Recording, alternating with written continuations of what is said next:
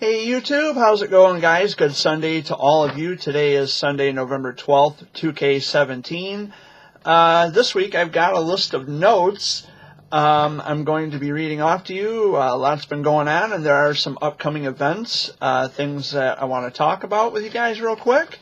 And I will try to get through these notes as quickly as possible, and then I can go on talking about other things. First of all, I want to talk about the comedy event that was this past Friday for Buddy Boy at Riverfront Grill in Chesaning. It headlined comedians Eric Scott from Detroit and Brian McCree from Flint. They were really good.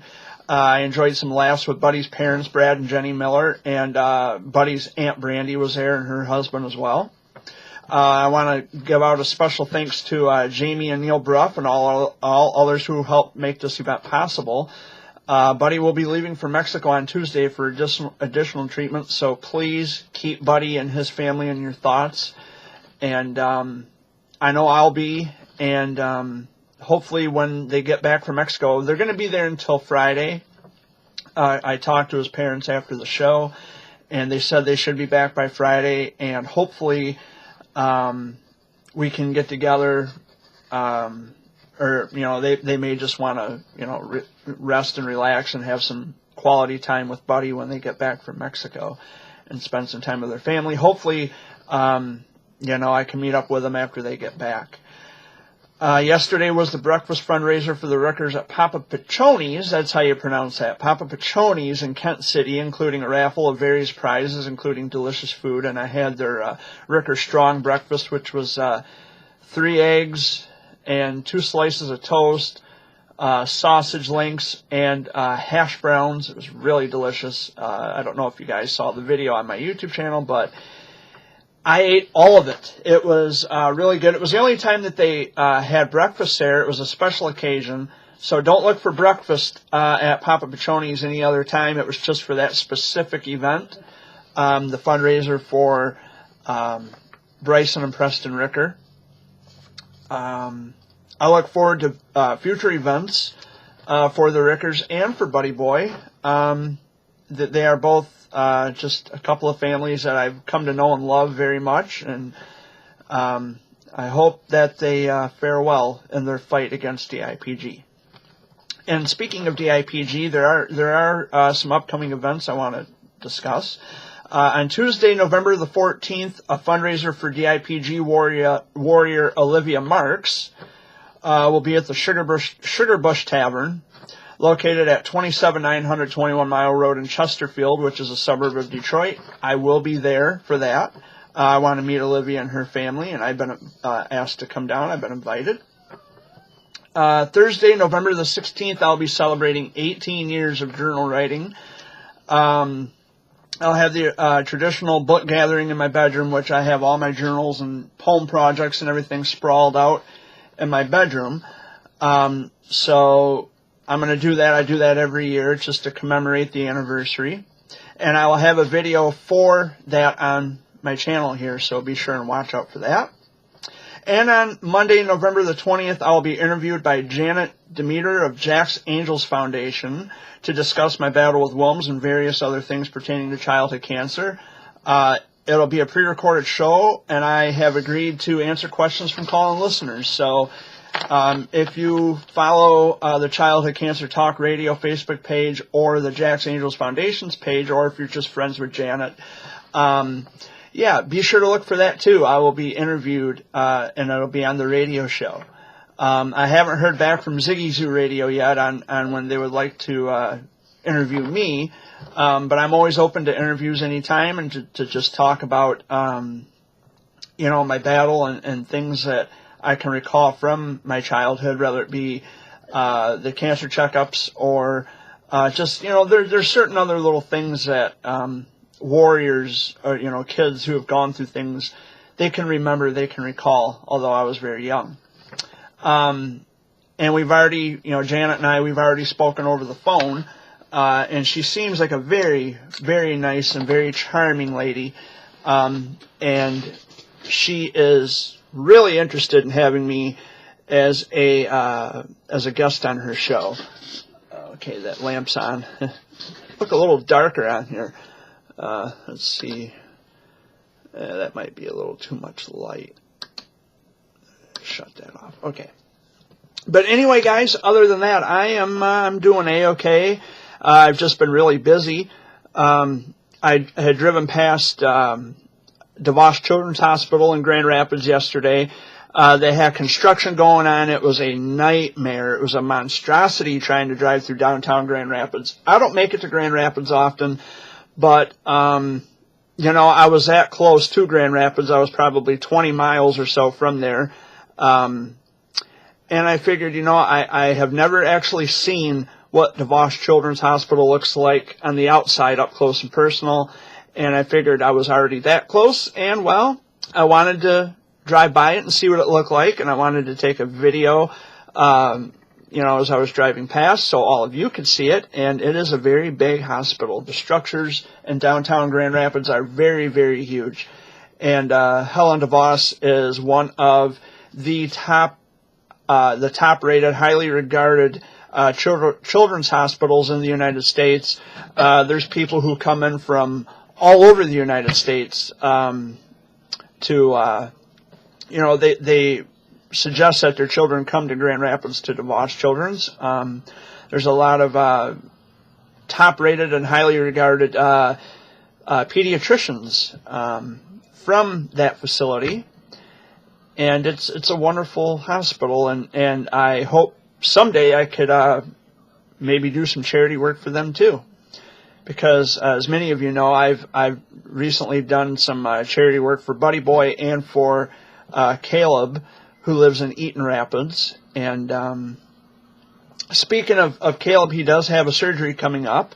It wasn't mentioned in my notes here, but he has a surgery coming up, and I might make it, or I might just get a text from his mom letting me know how the surgery was.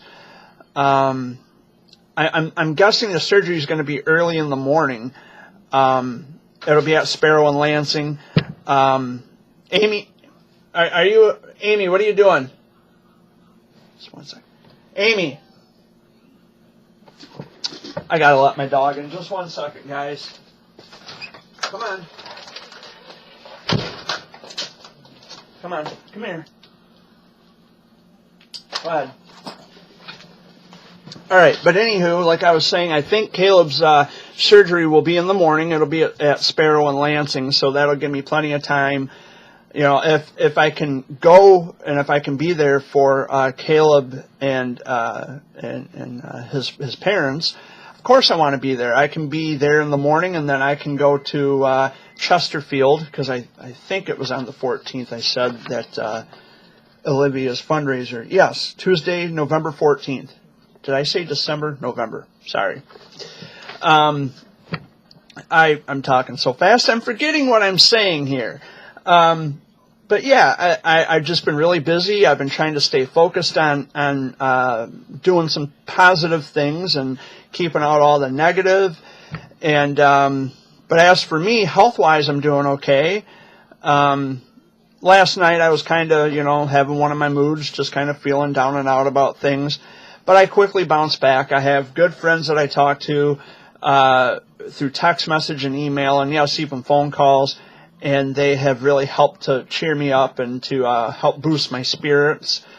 And, you know, I'm just thankful for friends like that. I know I had done a video about the false perceptions of social media. Didn't get it caught some flack. It didn't get a whole lot of positive feedback, but that's okay.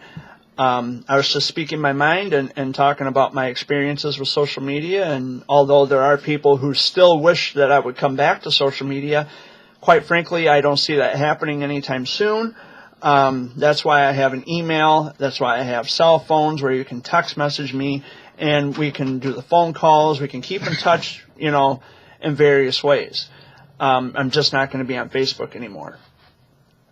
And of course, I think you can private message my YouTube channel here. I'm not really clear about that. I don't really know how I got all that set up, or if there are certain things I have to do to ensure that you can private message me. I don't know. I would have to look into that.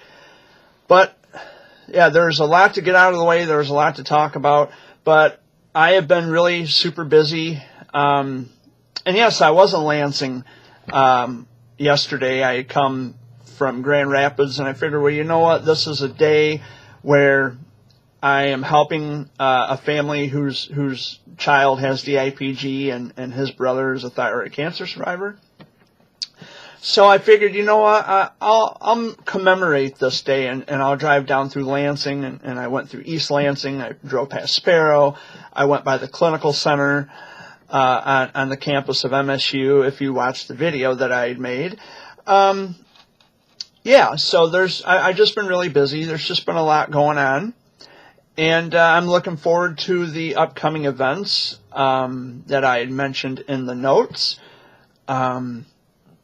As far as I know, Buddy Boy's, the comedy event for Buddy Boy was a success. And as far as I can tell, everything went well for the benefit for Bryson and Preston yesterday in Kent City. But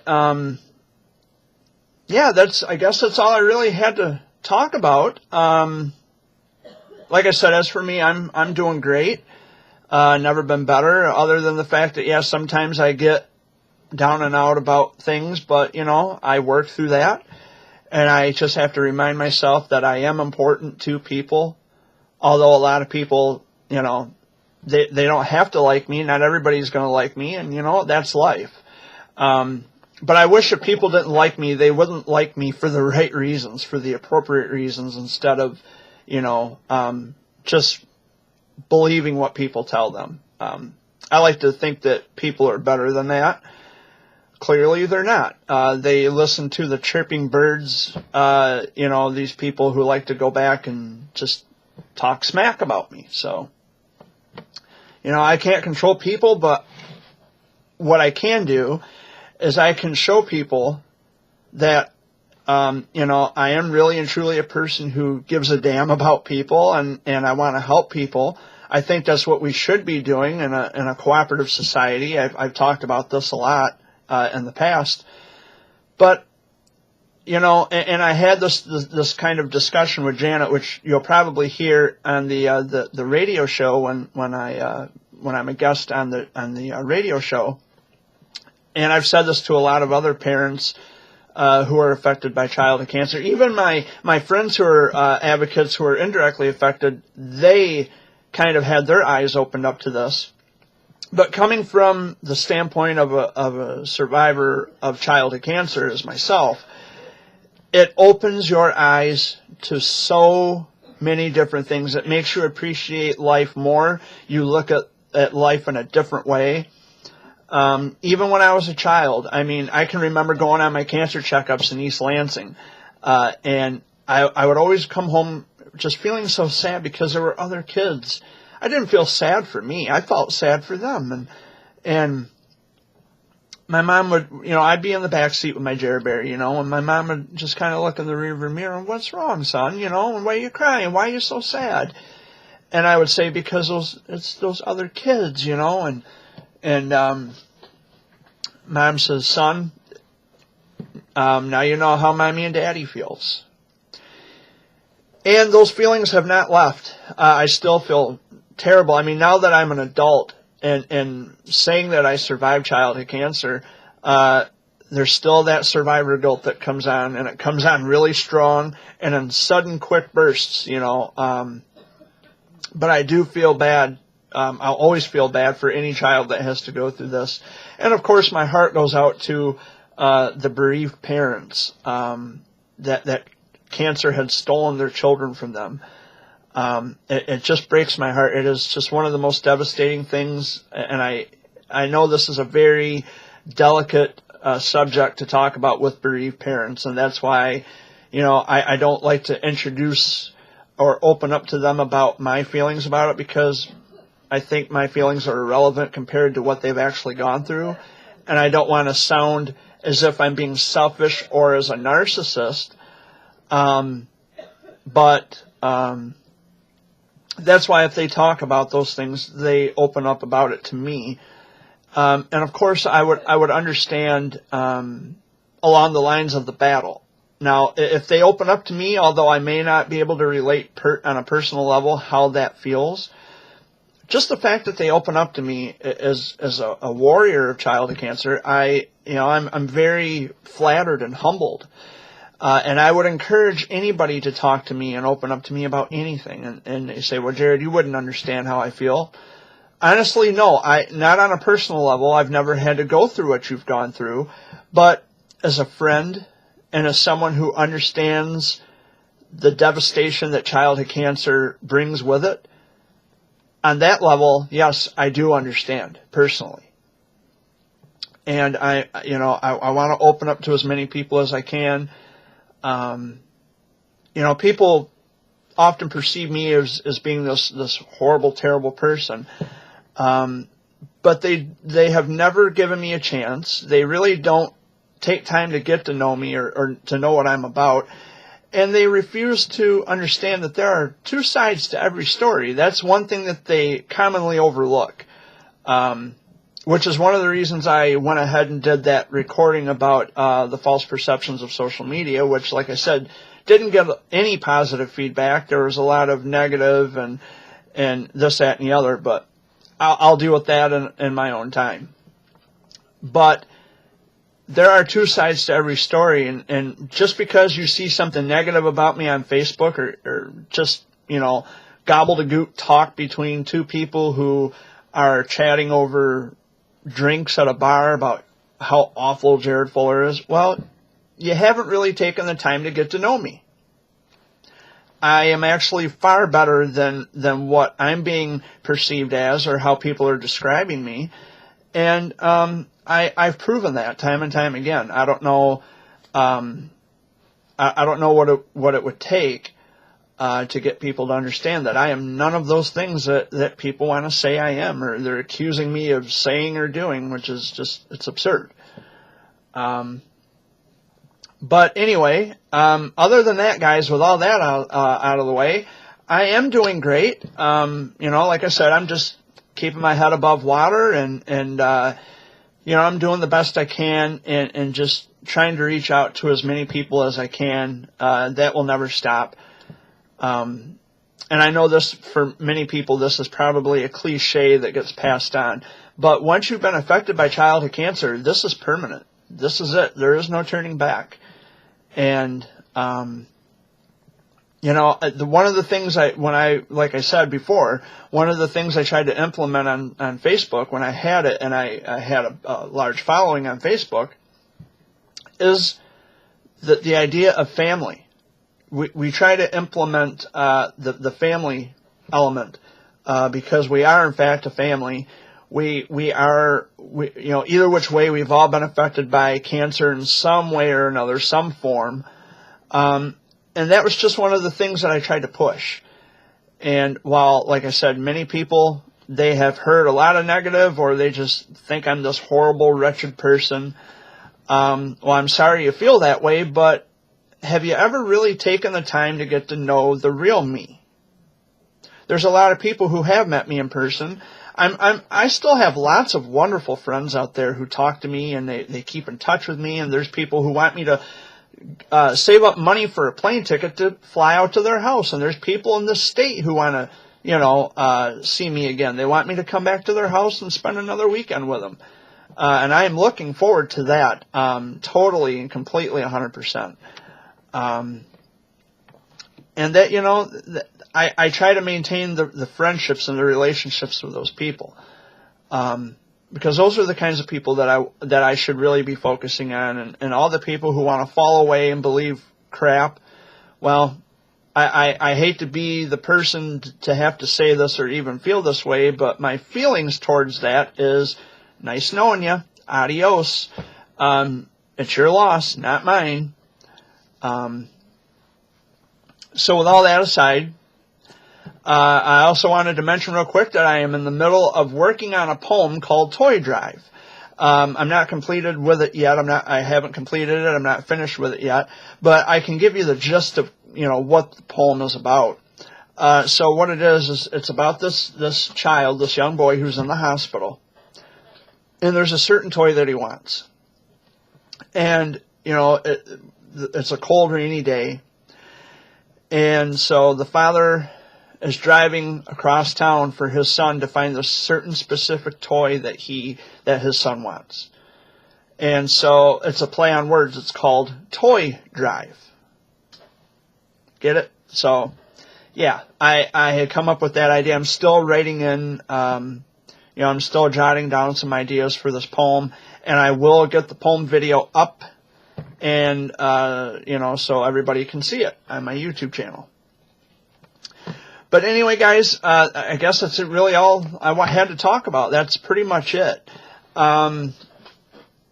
And I wanted to, and I also wanted to mention, for those of you who are fans of the Wolverines or the Spartans, both teams won last week. I think I mentioned that in last week's video. I don't remember. I don't recall. I really don't watch the videos over when I post them. Perhaps maybe I should, so I don't repeat the same thing the following week in the following week's video. But yeah, the Wolverines and the Spartans, they both won last week, and on their home turf, which is really cool.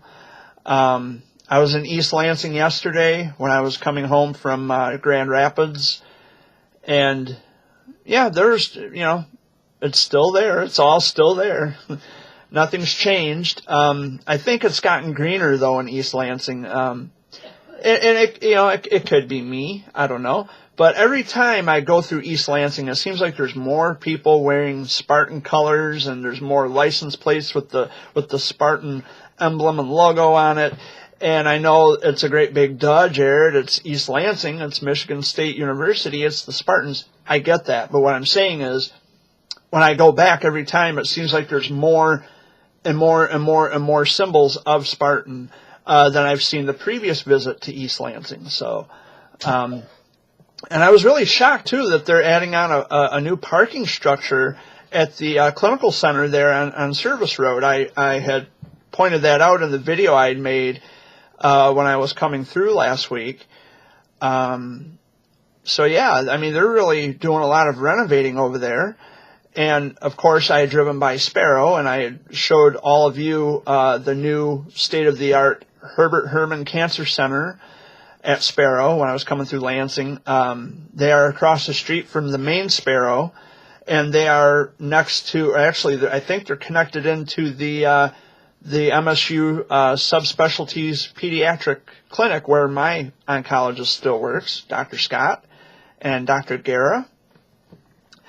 And I've been meaning to set up an appointment with Dr. Scott again to kind of find out some additional information about my cancer battle, like how big was the tumor, when was the day that they my treatment ended, like when they took the port out. Those things I would like to know. And while I'm down there, and just now remembering this, when I'm there, what I would like to do, if possible, is to get a print off of all of my my outpatient visits, because my name still shows up in their computers, and these are dated from 1989 through like 1994 or 95, something like that. I'm not really sure. But when I'm down there again, I will have to stop, or I'll even ask Dr. Scott if it's possible if I could get a printout of my outpatient visits, because the dates are still logged into their computer system at Sparrow. So, but that's it, guys. It's really all I had to discuss. I thank you so much for watching again this week and for putting up with me and my obnoxious big mouth. Nothing really to rant about this week, other than, the world is, it's changing all the time. I don't necessarily think for the better. I would like to think that the world is getting better, but with everything going on lately, and it's not just in the pediatric cancer world that I'm referring to, but it is also the world in general. We just had another shooting, this one at a church in Sutherland Springs, Texas, and my heart and my thoughts go out to the people of Sutherland Springs, Texas, and to the families affected by the massacre. And it's one of the things that one of the reasons why I don't ever talk about gun control or anything pertaining to guns and rights in America, because it's hard to pull it apart. It's hard to dissect and get right down to the main, who should have guns and who shouldn't kind of thing. And that's one of the reasons why I just refrain or I avoid having those discussions. But I will say that my thoughts go out to the people who are affected by the tragedies as of late. This year, I mean, we've had a lot of tragedies, gun violence in particular. And I don't know how we can fix that. But as a fellow American and as a fellow human being first, I should say, I just hope that things get better for all of us. For all of us, and not just a limited few or a certain group or a certain race or a certain ethnicity or what have you. I hope that things start to smooth over. I hope things start to get better. And maybe I'm just being naive. I hope I'm not being naive. But just like the next person, I want to live in a better world. And if me attending these events and driving long-range distances to show my support and my love to the families is one way of doing that, then so be it. I'm there. If I have the money saved up and I'm able to go to different events across the state, I will. And I need to start saving up for plane tickets because, like I said, there's people who desperately and really and truly want to meet me. They want to meet Jer Bear, so I really got to start saving up some money. And, I'm looking forward to meeting them too. I love them so much, and I feel so humbled and flattered in knowing that that they want me in their home. They've invited me in their house, so I'm looking forward to that. But anyway, guys, I'm going to get going. It's lunchtime. I'm getting hungry.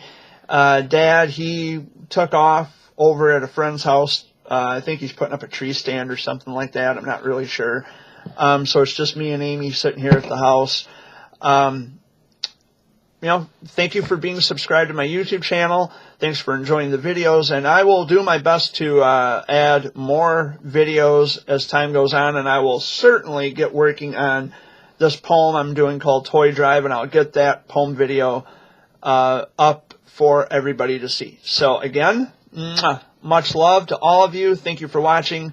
Peace out and take care. Have a good one, guys.